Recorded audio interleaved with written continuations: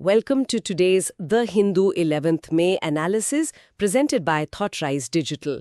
आज का ये विस्तृत विश्लेषण प्रतियोगी परीक्षाओं विशेषकर यूपीएससी के उम्मीदवारों के लिए बहुत महत्वपूर्ण है।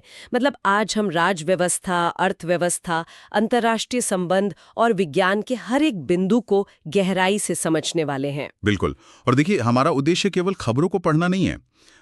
हम उनके पीछे के क्यों और कैसे को डिकोड करेंगे। आज के द हिंदू के हर तथ्य का क्रमबद्ध और निष्पक्ष मूल्यांकन किया जाएगा ताकि कोई भी महत्वपूर्ण जानकारी छूट न जाए।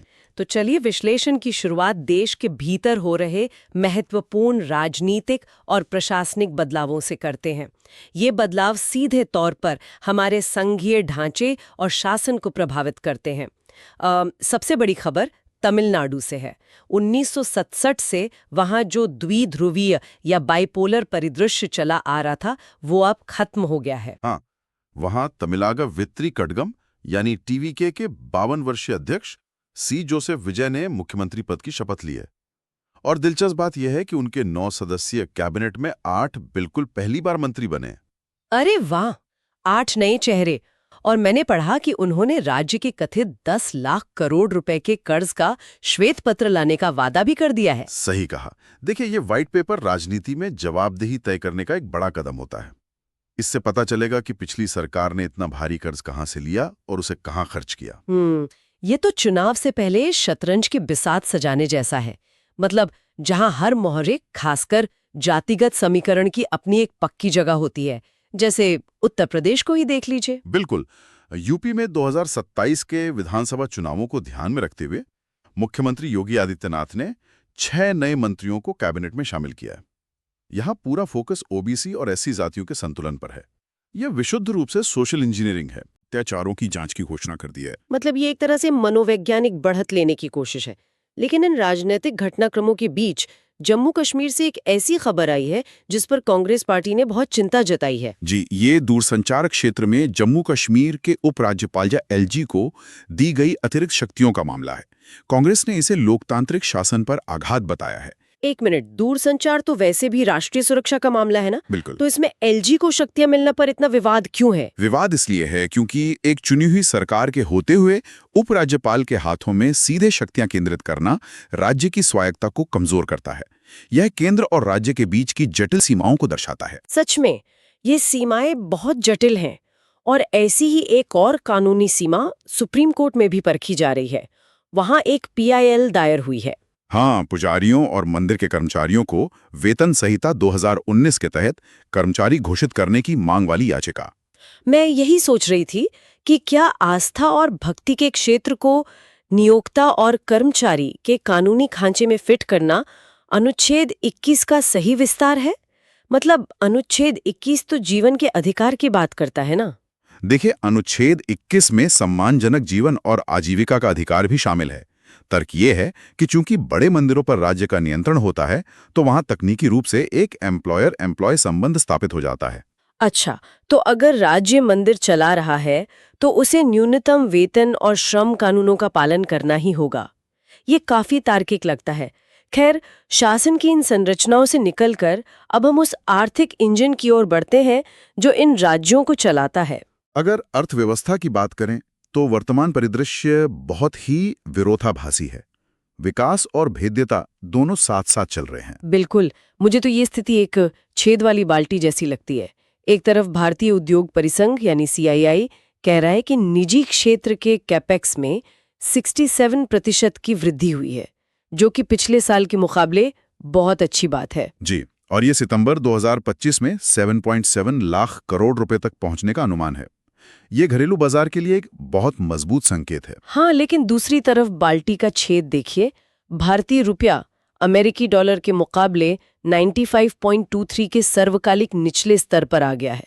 और विदेशी पोर्टफोलियो निवेशकों ने 2026 में अब तक भारतीय इक्विटी से 2 लाख करोड़ रुपए निकाल लिए हैं। हाँ, इसे समझना थोड़ा पेचीदा है।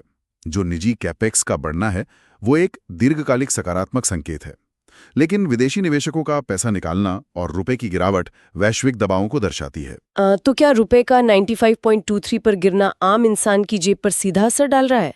बहुत गहरा असर पड़ता है। जब रुपया गिरता है तो हमारा आयात महंगा हो जाता है, जिससे महंगाई बढ़ती है। सरकार पर भी राजकोषीय दबाव बहुत बढ़ जाता है। शायद इसी दबाव का जिक्र पीएम मोदी ने भी किया था। उन्होंने विदेशी मुद्रा बचाने के लिए ईंधन के उपयोग और विदेश यात्राओं में कमी का आग्रह किया है। बिल्कुल। उन्होंने एक बहुत बड़ा उदाहरण भी दिया।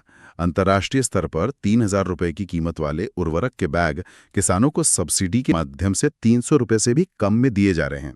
3,000 का बैग सिर्फ 300 में। ये तो सरकार के खजाने को पूरी तरह से निचोड़ रहा होगा। हाँ, एक बैग पर 2700 रुपए का घाटा सरकार सह रही है। इससे आप राजकोषीय दबाव का अंदाजा लगा सकती हैं। और इन सब के बीच एक और बड़ी समस्या हमारी अर्थव्यवस्था को खोखला कर रही है, नकली मुद्रा।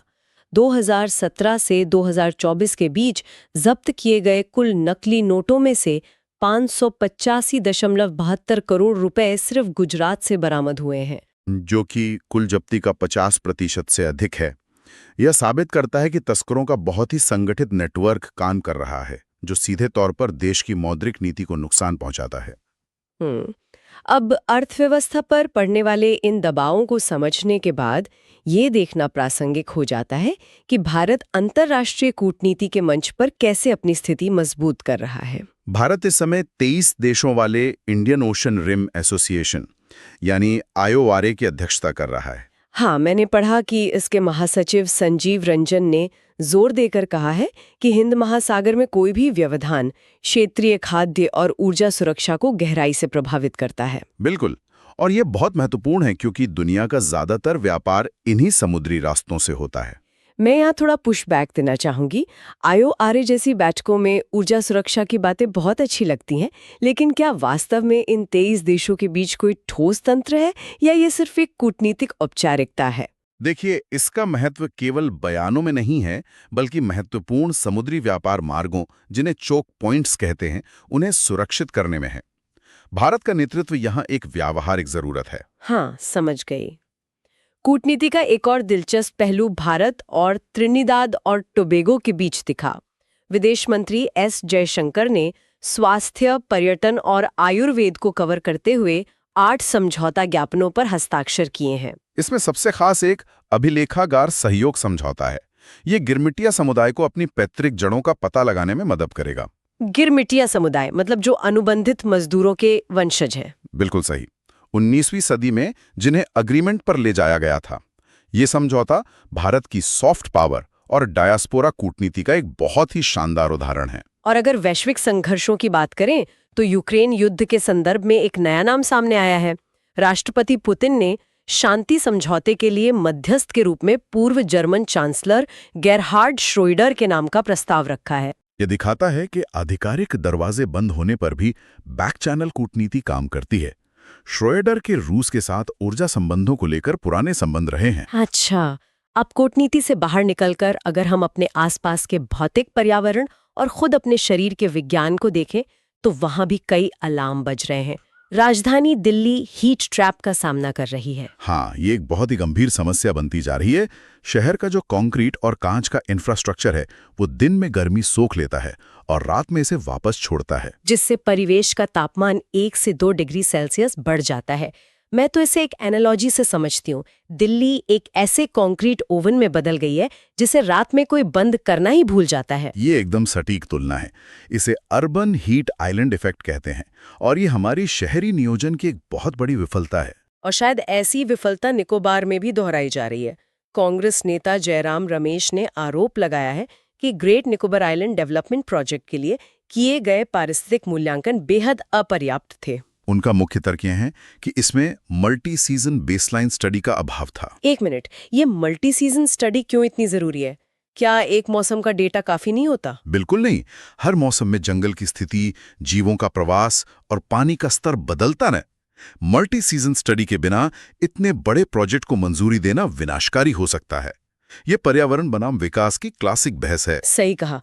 अब पर्यावरण से निकलकर थोड़ा मानव मस्तिष्क की बात करते हैं। नेचर मेडिसिन में प्रकाशित एक न्यूरो इमेजिंग अध्ययन से कुछ बहुत ही चौंकाने वाले तथ्य सामने आए हैं। जी, ये अध्ययन साइकेडेलिक्स रसायनों के प्रभाव पर है।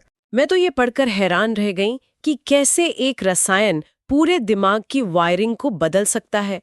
यह मस्तिष्क के किसी एक केंद्र को प्रभावित करने के बजाय क्षेत्रों के बीच संचार का पूरी तरह से पुनर्गठन कर देता है। इसे ऐसे समझिए कि दिमाग के अलग अलग हिस्सों के बीच जो दीवारें होती हैं, साइकेडेलिक्स उन्हें कुछ समय के लिए गिरा देते हैं। इससे बंद पड़े न्यूरल नेटवर्क फिर से संवाद करने लगते हैं। तो क्या इसका इस्तेमाल डिप्रेशन जैसी बीमारियों के इलाज में हो सकता है? बिल्कुल। ये अवसाद या पीटीएसडी में फंसे दिमाग को रीसेट करने में बहुत मददगार साबित हो रहा है। जब दिमाग रीसेट हो सकता है तो क्या हमारी संस्थाएं भी रीसेट हो सकती हैं? क्योंकि पर्यावरण के नुकसान की तरह ही हमारी ऐतिहासिक धरोहर भी एक बहुत बड़े खतरे से गुजर रही है। आप 2024 की उस सीएजी रिपोर्ट की बात कर रही है ना? हाँ, मैं पूरी तरह से हैरान हूँ। उसमें खुलासा हुआ है कि उत्तर प्रदेश में 31 केंद्र संरक्षित स्मारक लापता हैं और 96 पर अतिक्रमण हो चुका है।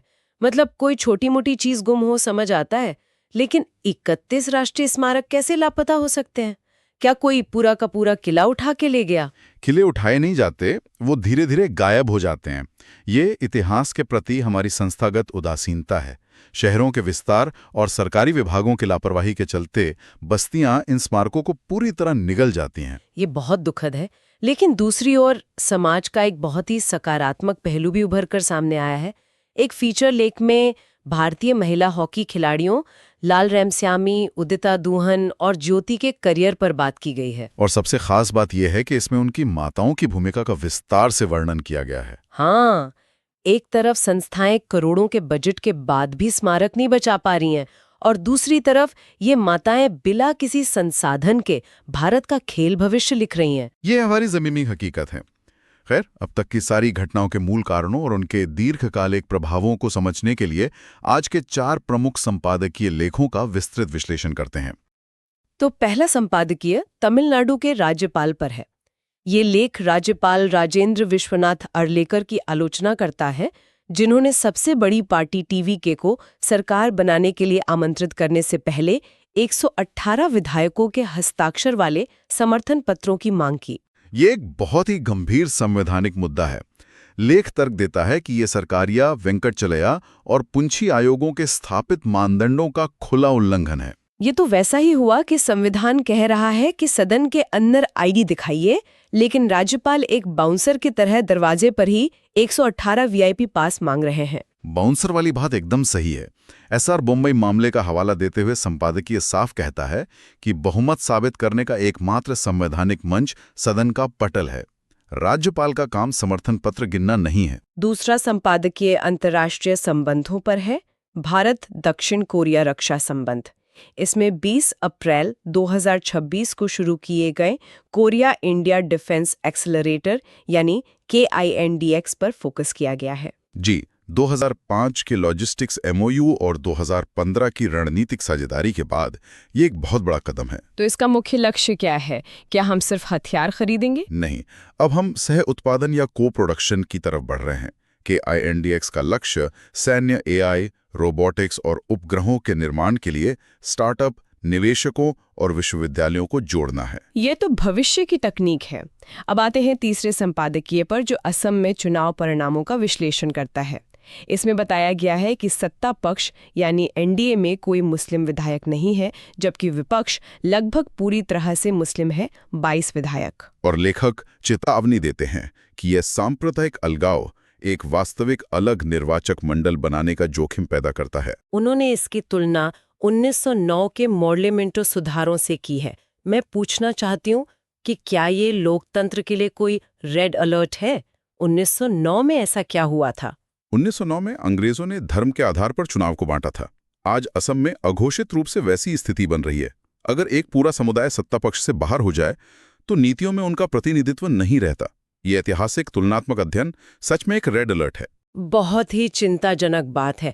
और आखिरी संपादकीय अर्थव्यवस्था पर है, केरल की राजकोषीय चिंताएं। नई UDF सरकार का दावा है कि उन्हें LDF से लगभग खाली खजाना मिला है। इसके मुख्य कारण है GST मुआवजे की समाप्ति और 16वें वित्त आयोग द्वारा राजस्व घाटा अनुदान की सिफारिश न करना। और इसके साथ ही लगभग 60 लाख लोगों के लिए सामाजिक कल्याण पेंशन को बढ़ाकर 3,000 रुपए कर दिया गया है। ये स्थिति राज्य के लोक लुभावन वादों और राजकोषीय उत्तरदायित्व के बीच के सीधे टकराव को समझाती है। खजाना सीमित है, लेकिन खर्चे बेलगाम हैं। तो आज के इस विस्तृत अध्ययन से एक बात स्पष्ट होती है कि भारत वर्तमान में कई मोर्चों पर गहरे संरचनात्मक बदलावों से गुजर रहा है, चाहे वो तमिलनाडु और असम की बदलती राजनीतिक और जनसांख्यिकीय स्थिति हो, 7.7 लाख करोड़ का निजी निवेश हो, या फिर न्यायपालिका और राज्यपालों की शक्तियों का संवैधानिक परीक्षण। बिल्कुल, हम एक ही समय में विकास की ऊंचाइयों को भी छू रहे हैं और बुनियादी चुनौतियों से भी जूझ रहे हैं। और अंत में श्रोताओं के लिए एक विचार जो सोचने पर मजबूर करता है।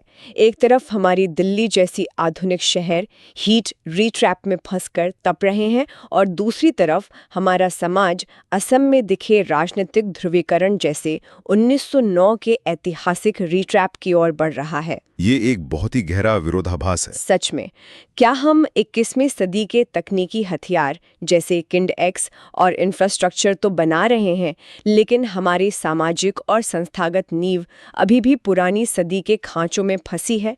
इस सवाल पर विचार जरूर किया जाना चाहिए। इसी विचार के साथ आज के इस डीप डाइव को यहीं समाप्त करते हैं। जुड़ने के लिए धन्यवाद।